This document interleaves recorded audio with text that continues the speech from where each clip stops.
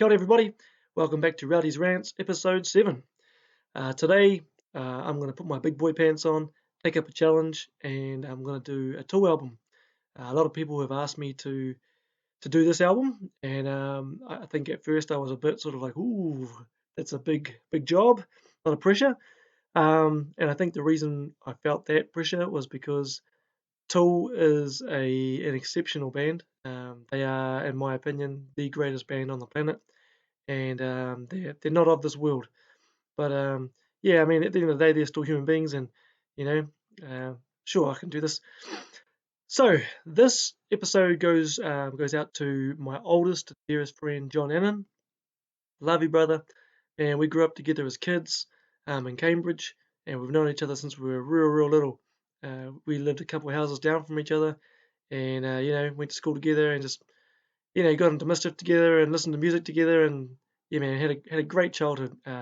Spoke to him the other night, and we always reminisce about growing up in Cambridge with all the cool people we knew, and yeah, pretty grateful for that. John, you are the person who got me into Tool. I know we talked about the other night, and you said it took so long for you to get me to like Tool. John's an OG. He's liked Tool right from the beginning. I remember him coming around to my house with the Opiate EP, and he said, "Bro, you gotta check this band out, man. They're awesome." And I was heavily into, my Soundgarden, Pearl Jam, and Alice in Chains at the time, and I was kind of like, I haven't really got any room in my heart for a band like that, bro. Um, but he kept pushing. He persevered. John's older sister had this boyfriend, Stuart, and me and John used to rax his CDs all the time, and he had great CDs, stuff that we'd never heard of before. And I think a lot of the bands that we sort of heard for the first time were from Stewart's CD collection. But John would bring around Tool. I remember when Undertow came out, John was like, "Bro, you got to get into this band. They're amazing." And he played Undertow for me a couple of times, and I started to dig it. Started to appreciate Tool a bit more. But it wasn't until Aenima came out that I really understood the brilliance of Tool. Like how amazing they are, because that's a fantastic album. So I'm going to review Aenima today. John, this is for you, brother. Hope you dig it. Hope I do it justice. When I was thinking about doing a Tool album, it was either going to be between Aenima or Lateralus, both epic albums. I haven't loved the other albums as much. 10,000 Days, there are some really great tracks on that, but I find as a whole, I don't dig the album as much as Aenima and Lateralus.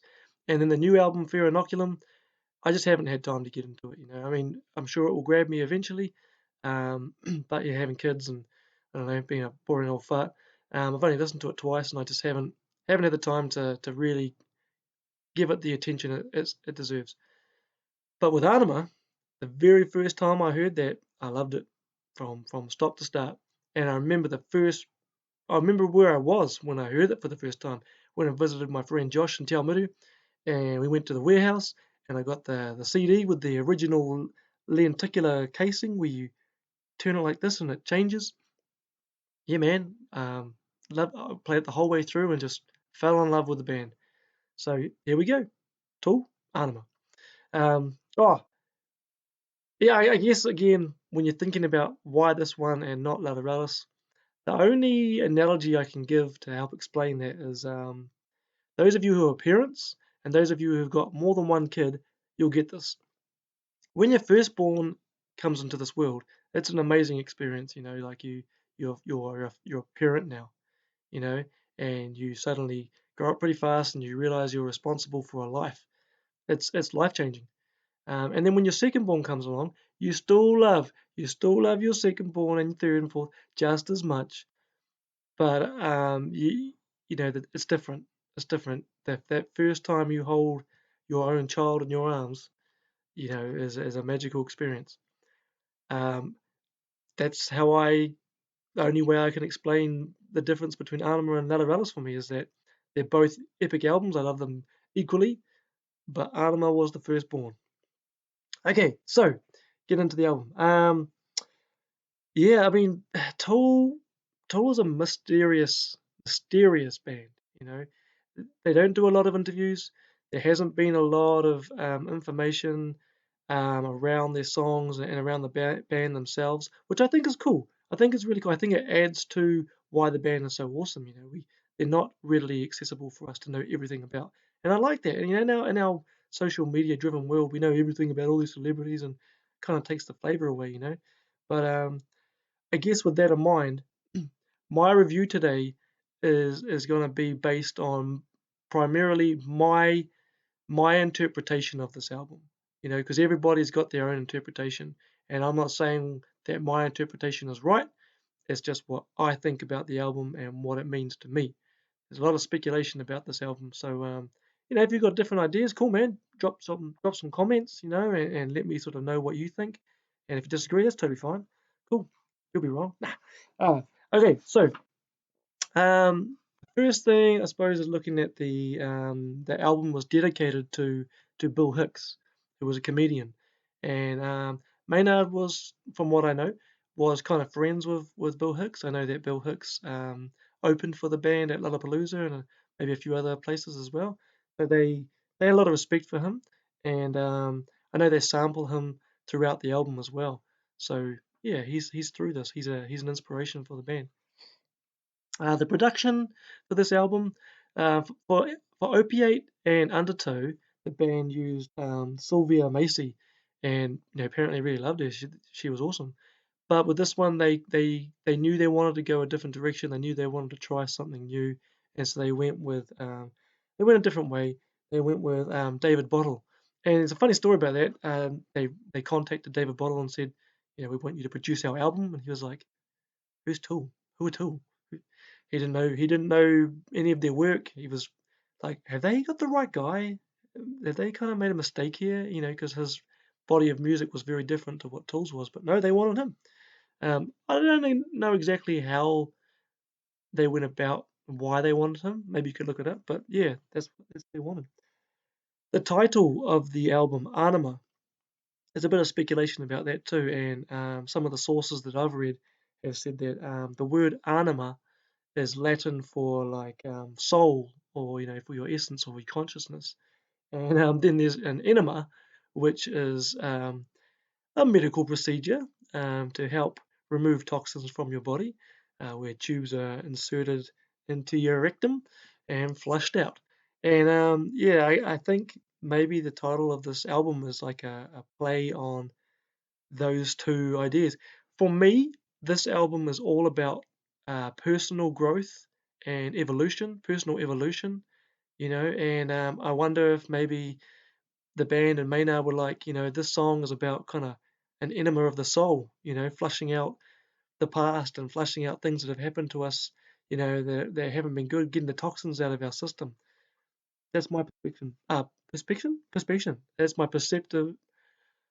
my perceived understanding of this. I'm starting to get cabin fever. It's affecting my brain. Okay.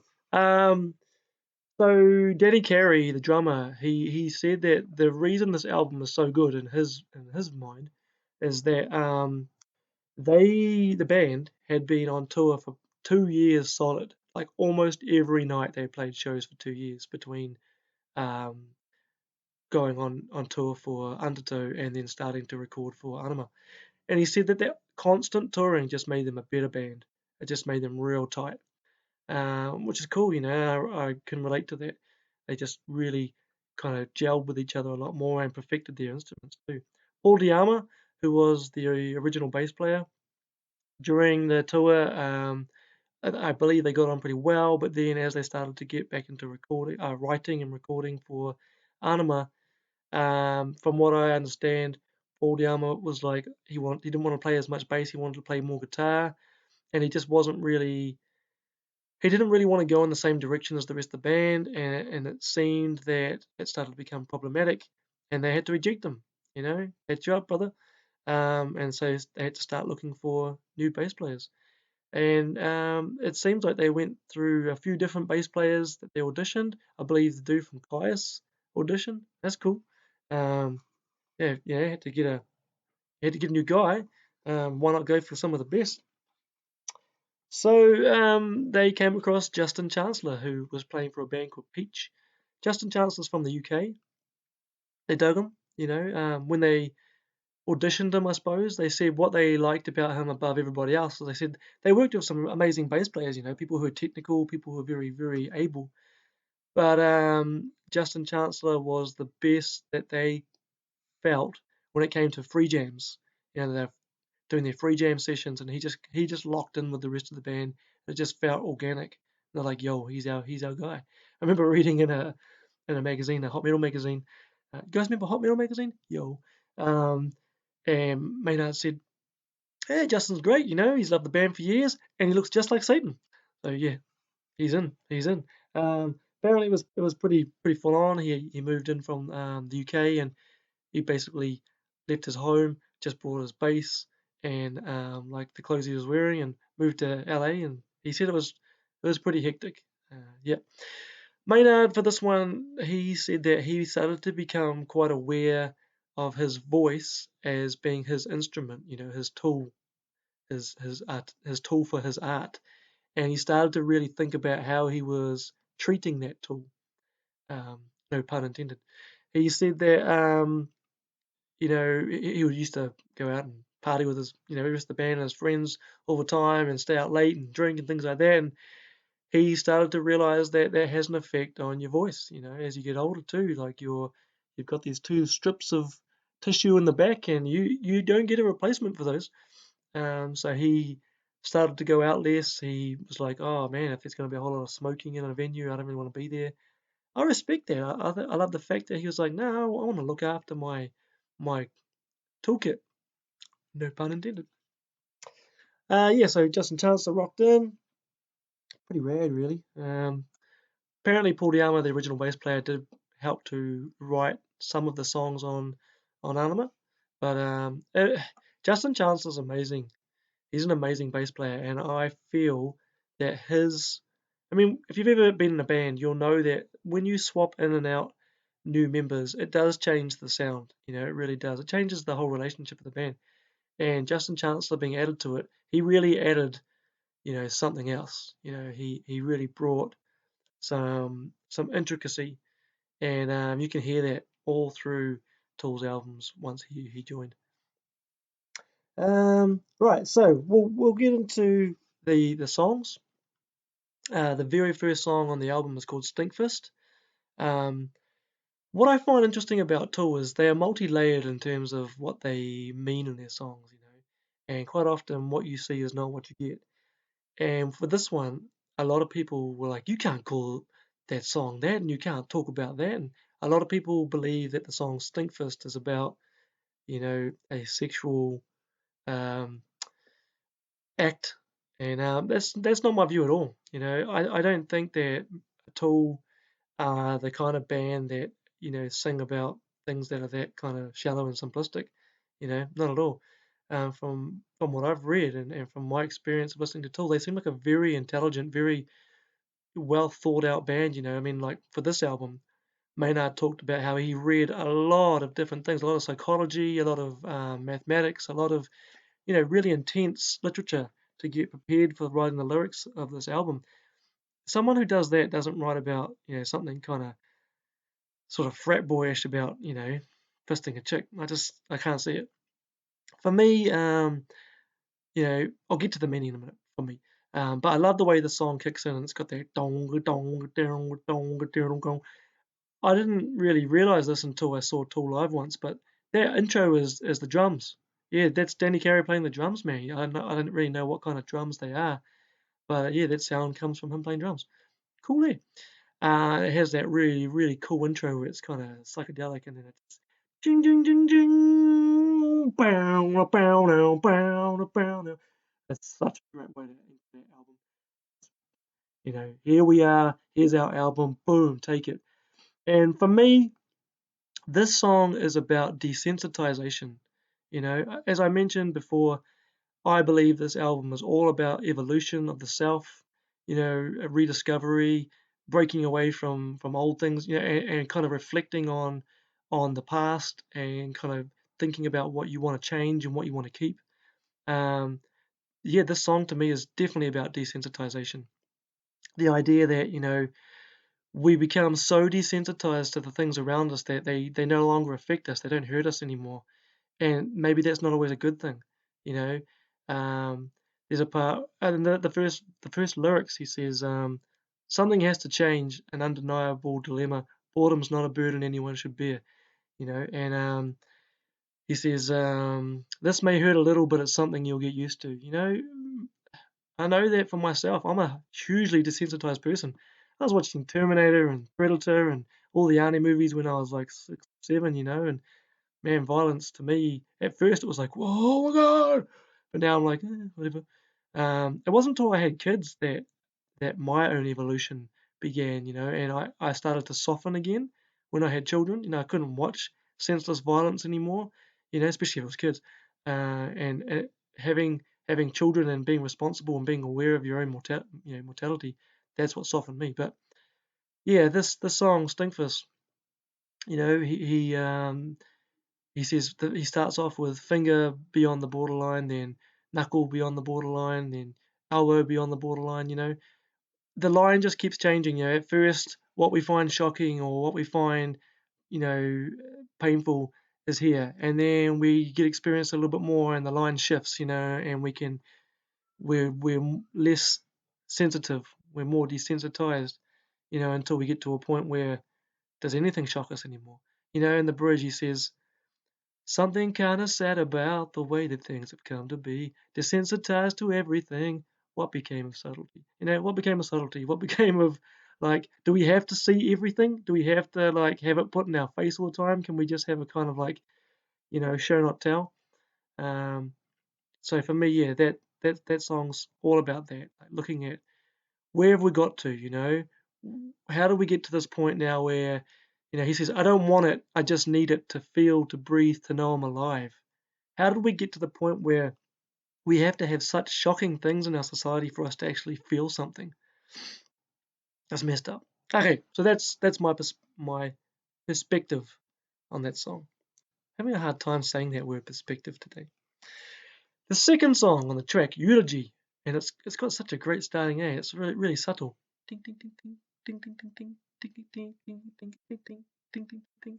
I'm not quite sure what they use there. Some kind of percussion. I think it's electric drums. And it's got that distorted vocals. Had a lot to say, had a lot of nothing to say for myself.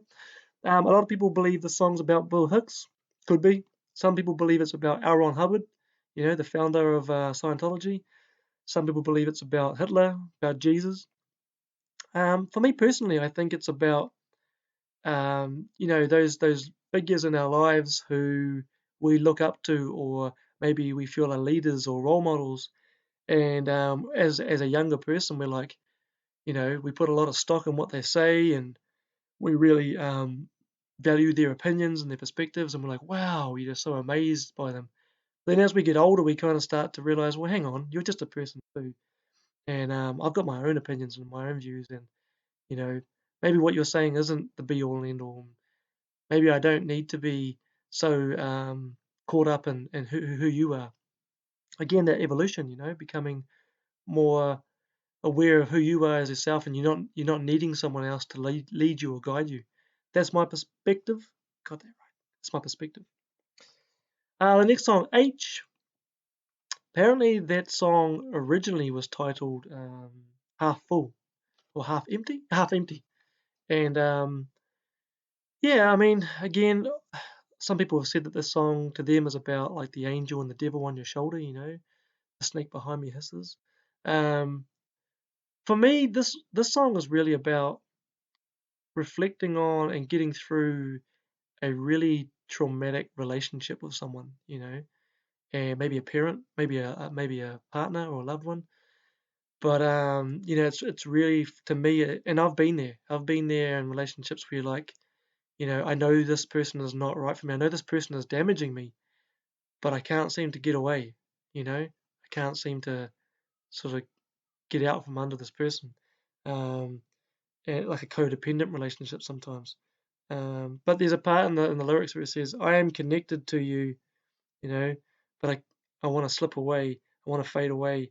but days away I still feel you touching me, changing me, considerately killing me. Considerately killing me. And it's like, if you're in a relationship with someone and they love you, especially a parent, they don't want to hurt you. They don't want to do horrible things to you. They love you, but maybe they're not completely in control of their actions. Maybe they're causing you damage or harm. Maybe they're abusing you, um, but they still love you, and they're considerately killing you. It's kind of weird. I have read somewhere that Maynard, suffered abuse when he was a kid, and I know that in previous records in Undertow there is mention of that. He has mentioned that. I wonder if maybe the song is about, you know, his experience with maybe his parents. You know, yeah. Have a look at the lyrics. Have a think to yourself what you think it might be about. The next track is called "Useful Idiot," and all it is the sound of like a record sort of scratching. When it's like the sound that the record makes when it reaches the end of the first side. And a lot of people say, "Oh, there's some weird fillers in this album." I don't think there's any fillers in this album. I think everything's put there intentionally. And "Useful Idiot," I kind of feel like it, and I have read this too, so it's not just my opinion. But I feel like it's like a practical joke for people who maybe bought the record, and it's like, why are you putting in the sound of the first side ending when we know that's what's going on? I don't know. That's my perspective. Have a look, see what you think. It's a pretty hard case anyway. Right, the next song, 46 and 2. Wow, what a journey of a song. And again, if I'm following my interpretation of this album about being evolution and change, 46 and 2 to me is all about the evolution of the self. Shedding skin. It talks about shedding skin in the lyrics. But I read somewhere that we have 46 chromosomes. So we have 44 autosomes and then two sex chromosomes. And yeah, I guess maybe in this, it's talking about stepping through your shadow and coming out the other side. 46 and 2 just ahead of me. So if we were to get to the next evolutionary stage, we would have 46 autosomes and two sex chromosomes, which would be 46 and 2. Okay, 46 and 2 would be the next stage in human evolution. Deep, eh? Yeah, I mean, the lyrics throughout that, I really feel like Maynard is talking about stripping the skin of your past and the person you were, the person that you used to be, and becoming something new and different, whatever that may be. But that real personal growth, that change of going, I don't want to be that person anymore. I want to shed that skin. I want to become something bigger and better. That's what, to me, 46 and 2 is about. After 46 and 2, there's a track again. I don't believe there's any fillers on here. It's called Message to Harry Manback. And Harry Manback is actually a fake name. The real name, we don't know. But apparently there was a dude who was a guest at Maynard's home and was less than respectful of Maynard's house. And Maynard was like, "Bro, get the out of my house, man." And the dude rang him and left this message on his phone. It's not a nice message. He's not thanking Maynard for his hospitality. Go back and have a listen to it. What a jerk. All right. Okay, so that's Message to Harry Manback. After that is Hooker with a Penis. Man, this is the heaviest track on the album, and it's so cool. It's just, I love putting this on. This is probably the only song that I would listen to by itself away from the album. The rest of the album, I need the whole album as a whole piece together. But this is one song that I could listen to by itself. And it's just so slamming, it's doom da doom da doom da doom da doom doom, and it's just got wicked ass drumming. Danny Carey's drumming in this is out the gate. He's just letting those rolls fly, and the guitars are crunchy as, and then it comes with "I met a boy," and there's a couple of people reckon the song is not about anybody in particular. I don't believe that. Um, there's too many specifics in this song for it to not be about an actual event with a real person. I met a boy wearing Vans 501s, jeans, with a dope beastie tee nipple rings, new tattoos that claimed that he was OGT back from '92 from the first EP, and in between sips of coke, he thought we were selling out. I mean, it just sounds way too specific for it to not be an actual event where Maynard met. I don't know, maybe some fan who was like, "Yo, man, you sold out." And Maynard was like, "Did I? Well, let me drop this on you." And he really kicks into it. If I'm the man and you're the man as well, we're all the man. I love when fans like kind of diss a band like used to be cool, man, and what have you done? And it's like they did whatever they wanted to do, bro, because they're musicians. It's their art and they can do it. They don't owe you anything. They didn't owe you an album that you love. Deal with it. I just love that Maynard's like we're all the man. We're all fallible. We're all whatever. It's a cool song. It's a cool song. All right, after that comes Intermission. Again, like I said, I don't think there's any fillers on this album. Intermission is this kind of cool organy type thing. Um, if you didn't know this, Intermission is actually like a kind of bizarre adaptation or reinterpretation of the opening riff to the song that comes after it, which is called Jimmy. Yeah, go back and have a listen. It's the same riff, it's the same opening. It's just kind of played a little bit carnival-y. Um, and yeah, I wonder if maybe that's because, of what the song Jimmy's about. The intermission part is kind of like a playful carnival kind of song, reminiscent of childhood before it gets into where his childhood became, where his childhood went to, which is Jimmy, the song Jimmy, which comes after intermission. Jimmy, I believe, is, Maynard's name is James, James Kenan Maynard, James Maynard Kenan, one of those two. Jimmy. It's little Jimmy, man. The song's about little James, and yeah, about the abuse that he went through as a kid. He grew up in Ohio, and I love the way he sings under a dead Ohio sky. It's just I don't know why I love that part so much, but it's just a haunting lyric, and the way he sings it's really beautiful. But yeah, he keeps talking about the number 11. I feel like that's Jimmy was 11 years old when he was abused, and this is what he suffered when he was 11. And he's really feeling for his younger self. He's thinking about that person when he was younger, and he's kind of now coming back to those memories and what happened as an adult.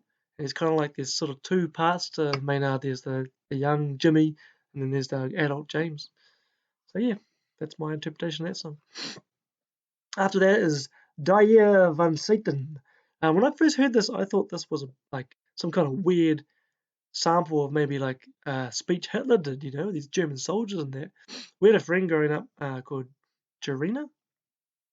John was her name, Jarina? I don't know. She went out with Damien Lunson. She was from Germany. She translated for us. It's like a recipe for hash cookies or something like that.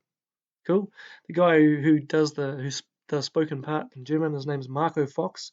He was the bass player from a band called Zaum, and Danny Carey, the drummer, was in that band. So yeah, cool. They must have said, "Hey man, come and do some cool stuff and talk about pot cookies." All right. After that is Push It, and not push it, but push it as in one word. And again, I think this is reflecting on a very turbulent relationship. Maybe again parents, and looking at people who love us but push this heavy stuff on us as well. And yeah, there's a lyric in there. I saw the gap again today while you were begging me to stay. Take care not to make me enter, because if I do, we both may disappear. Maybe he doesn't want to revisit everything in that memory, or he doesn't want to go back to talking to those people because he's worried about where that will take him. Maybe he just wants to continue and get on with who he's becoming. Cool song. I don't know, my perspective. Okay, after that comes Aenima.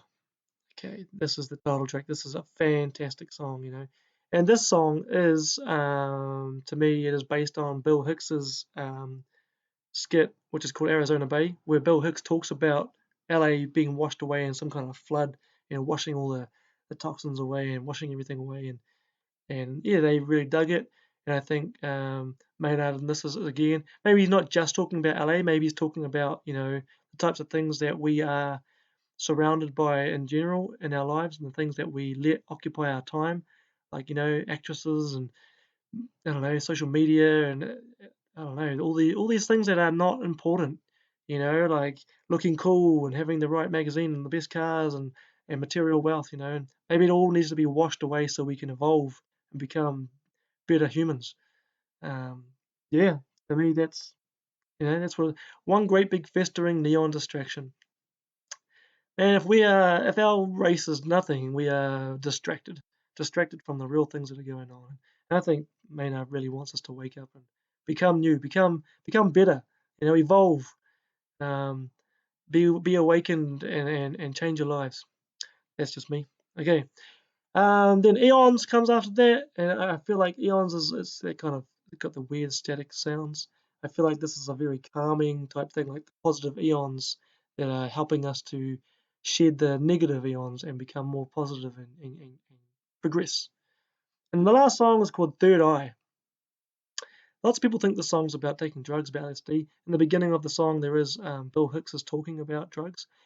But I think a lot of people misinterpret that. I don't think Tool are talking about, hey, take some drugs so you can be more awoken. Maybe they are. I don't know.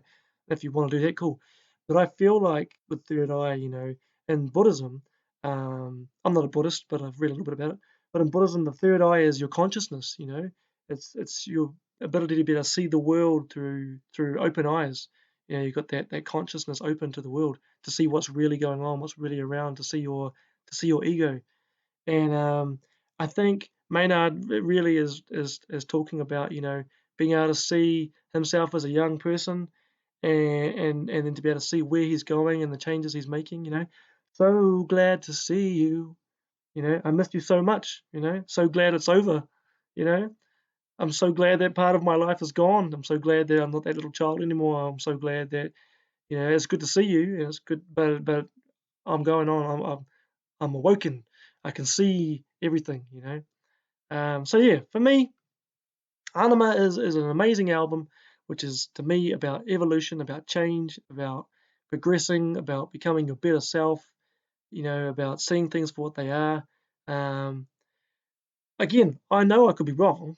I know that lots of people got their own interpretation, but I like this interpretation. It's a very positive one. It's a very positive for me. It's a very positive way to view the album, and I'm going to continue seeing it that way. So, John, I hope you enjoyed the review, brother. I can't wait to listen to this album with you again. Can't wait to see you soon, man. Our daughters, our newest daughters are the same age now. It's so cool. We got, you know, kids together and stuff like that. And man, I want to go see your dad soon, bro. With this craziness going on, go to Cambridge to see your dad, make sure he's okay when I'm allowed to not be in lockdown. But yeah, to everybody else out there, go listen to this Tool album, man. It's a great album. I hope it did a good job. It was sketchy going in, but I don't know. I feel like I could just I was honest, you know. I gave it my honest opinion, my honest review. Do your own one if you didn't like it. But yeah, peace everyone.